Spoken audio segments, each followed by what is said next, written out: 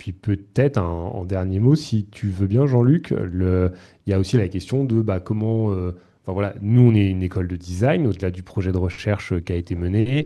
Le cadre de l'extrême défi, ça a été aussi l'opportunité pour nous de ramener la question des véhicules intermédiaires dans une école, de commencer à confronter nos étudiants à ces problématiques-là, de faire des projets avec les étudiants qui sont à la fois vraiment dans des filières qui sont dédiées à ces questions-là, notamment tout ce qui va être design transport, mais aussi avec des étudiants qui sont moins engagés dans des projets ou dans des cursus qui sont en lien avec ces problématiques de véhicules.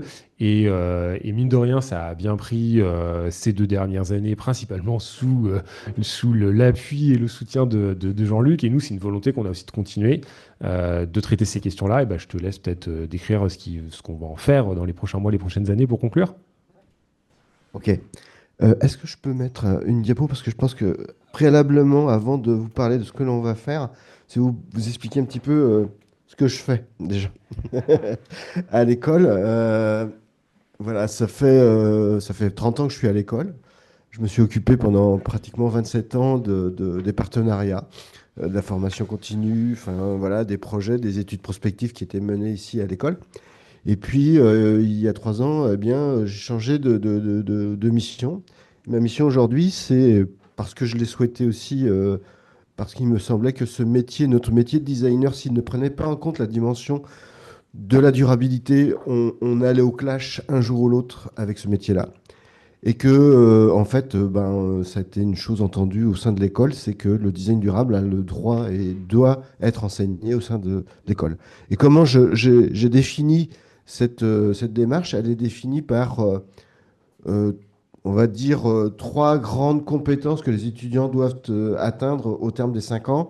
C'est la possibilité d'avoir une méthode qui questionne le fait d'éviter les impacts dans un premier temps, donc c'est-à-dire questionner le besoin, questionner si quand on fait le besoin, est-ce que le service qu'on va apporter est au niveau de ce besoin ou au-dessus de ce besoin. Donc c'est la première des choses, c'est éviter les impacts. Et puis ensuite, c'est réduire les impacts. Donc là, c'est 2 approches, c'est-à-dire que la première questionne la notion de la sobriété. Et donc, a-t-on besoin de tout ça pour rendre ce service-là et satisfaire l'usager? Et puis de l'autre côté, c'est si c'est ça, comment on peut le faire d'une manière à réduire au maximum les impacts, c'est-à-dire d'être dans l'efficience. Et puis dans le troisième objectif, qui est peut-être plus utopique, plus difficile à atteindre, c'est la capacité à régénérer dans le projet, c'est-à-dire à faire en sorte que ce projet puisse être favorable à la régénération, ce qui peut être la biodiversité, mais ça peut être justement sur les dimensions sociales, sur les dimensions des interactions humaines. Enfin voilà, c'est de donner une possibilité que le projet soit l'occasion de se questionner sur la possibilité d'apporter du positif sur le projet et ne pas être forcément dans un solde d'impact négatif, mais plutôt positif. Donc voilà comment j'ai posé le projet de formation de design durable.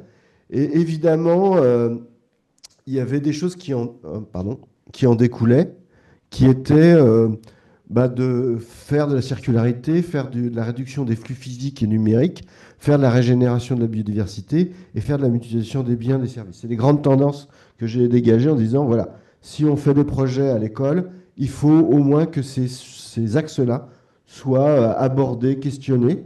Et en fait, quand Karl m'a parlé du projet Prévert, je trouvais que c'était vraiment le projet qui intégrait beaucoup de choses.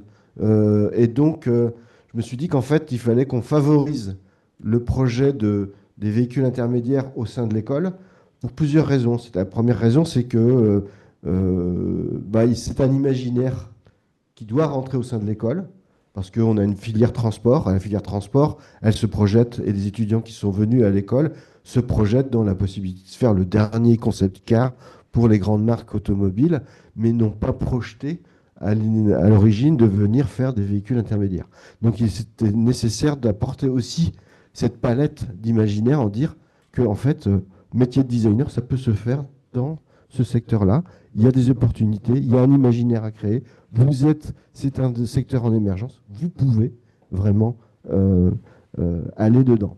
Et puis en même temps, on s'est aperçu, on a fait un hackathon l'année dernière en proposant à tous les étudiants de plusieurs filières, du design de produits, du design transport, du design de services, de faire un hackathon pour réfléchir justement à qu'est-ce que le véhicule intermédiaire, quelles sont les expériences qu'on pourrait donner, mais faire en sorte que ce soit plus agréable, des expériences positives. Et en fait, on s'est aperçu très très vite que quand les étudiants planchaient sur ces sujets-là, on avait associé aussi des entreprises, dont Humbird qui était là, mais aussi il y avait quatre autres sociétés qui étaient présentes. Eh bien, les étudiants ont trouvé un énorme plaisir à travailler sur ces thèmes-là et à aborder des questions qui ne sont pas seulement des expériences de déplacement, mais des expériences de plaisir, de spontanéité par rapport à ce véhicule-là. Et j'ai trouvé ça intéressant.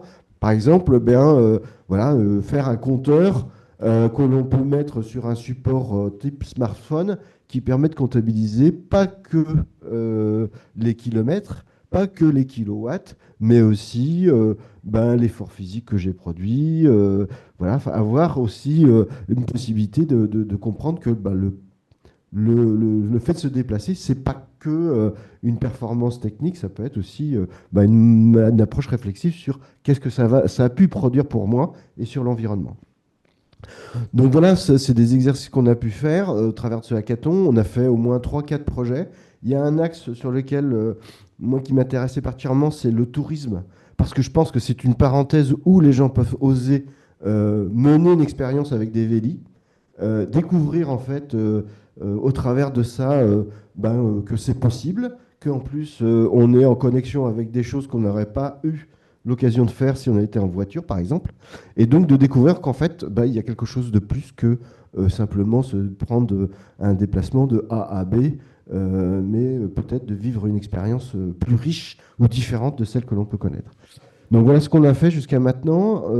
Maintenant, on souhaite aller plus loin. On a essayé aussi j'ai essayé de faire en sorte qu'on ait créé un écosystème autour de ça, c'est-à-dire d'avoir des relations avec des producteurs, des constructeurs, des personnes qui peuvent agir à différents niveaux parce qu'ils sont des opérateurs, des fournisseurs dans le domaine de ces véhicules.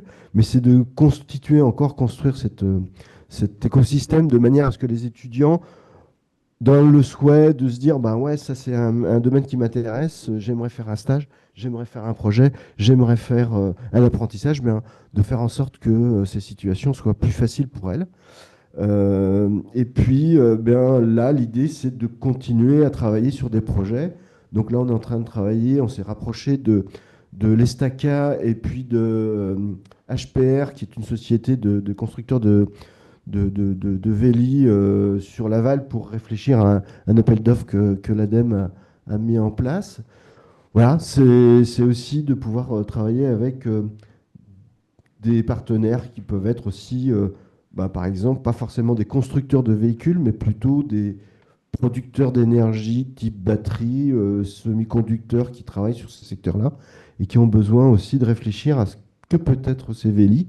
Et je pense que l'école est un bon endroit pour justement développer des concepts, expérimenter, créer des imaginaires. Voilà. Je pense qu'on est un peu l'endroit où, à la fois sous un angle design de transport, design de produits, mais aussi design de services, on peut être amené à aborder ces questions-là, et puis évidemment sur aussi d'autres aspects. Je pense en particulier, on en a beaucoup entendu parler ces 2 jours, c'est la notion de l'appropriation de ce véhicule jusqu'au point de pouvoir le réparer. Eh bien, c'est de lancer aussi la possibilité, au travers du design, de faire du design de réparabilité. C'est-à-dire comment, en fait, cet acte de réparabilité peut devenir une expérience qui peut être abordée par les designers de manière à la rendre plus accessible. Voilà. Et donc, le Véli est en fait un terrain d'exploration pour nous et une opportunité très très forte. Voilà, donc à suivre. Et puis, on aura peut-être justement l'occasion de vous croiser à ces occasions de projets divers et variés. Voilà.